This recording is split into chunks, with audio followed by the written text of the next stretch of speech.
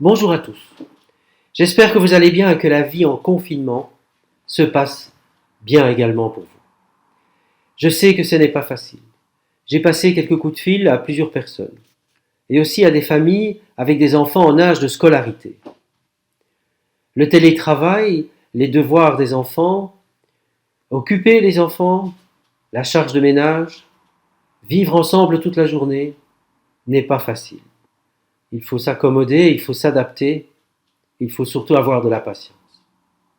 Cependant, je suis sûr que cette situation de crise, de cloisonnement et d'abstinence forcée que nous vivons, c'est aussi un lieu où le Christ nous attend. D'autre part, il ne tient qu'à nous de vivre cette période comme un lieu d'expérience humaine et aussi d'expérience spirituelle.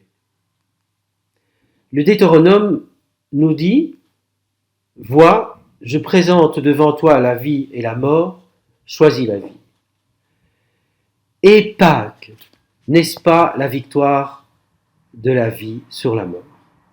Le chrétien ne peut pas être pessimiste. Faisons dès lors de cette période un lieu d'expérience et soyons attentifs aux signes de l'esprit.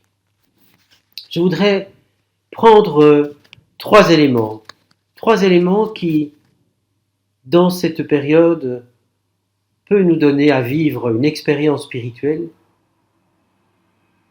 et qui touche profondément notre foi. Tout d'abord, la communion spirituelle.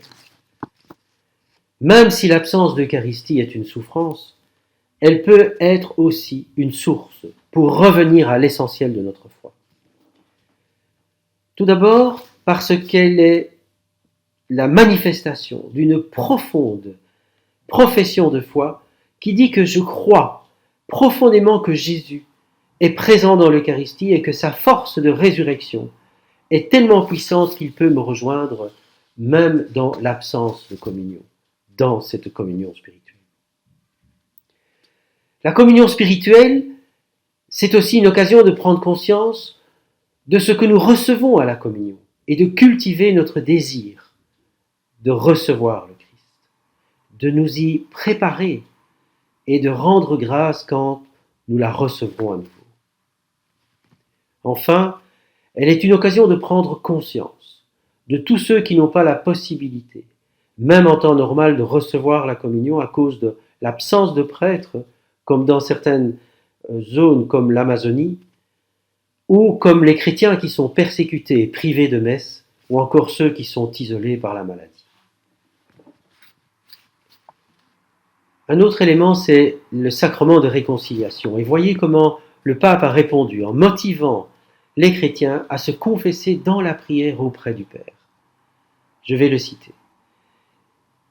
Si tu demandes sincèrement et de tout ton cœur le pardon de tes péchés, le Père te pardonnera. Un troisième élément, c'est toutes ces initiatives de solidarité qui fleurissent spontanément, de prières communes par les réseaux sociaux, et tout ceci au cœur de notre unité pastorale. Personnellement, j'ai l'impression d'assister à une floraison de foyers d'évangiles. Le brasier de ces évangiles va se répandre. Il ne tient qu'à nous de les repérer, de les entretenir, de les partager et de laisser le Christ travailler à son Église. Car c'est d'abord lui qui est à l'œuvre. Ne dira-t-il pas « Mon Père travaille et moi aussi je travaille ». Chers amis, nous vivons à ce moment une autre manière de faire Église. Après la crise, nous aurons à relire ces expériences pour en faire le terreau d'une conversion ecclésiale et pastorale. Ne vivons pas dans la nostalgie de ce qui était avant. Regardons vers l'avenir.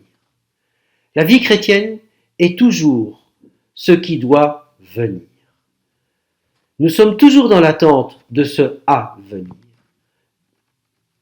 Et nous devons éviter de vivre dans des routines bien rodées. Nous sommes appelés à vivre cette attente et à être éveillés à ce que nous vivons pour en faire la base d'un discernement de ce que va être l'Église d'après la crise. L'Église en notre lieu, ici, dans notre unité.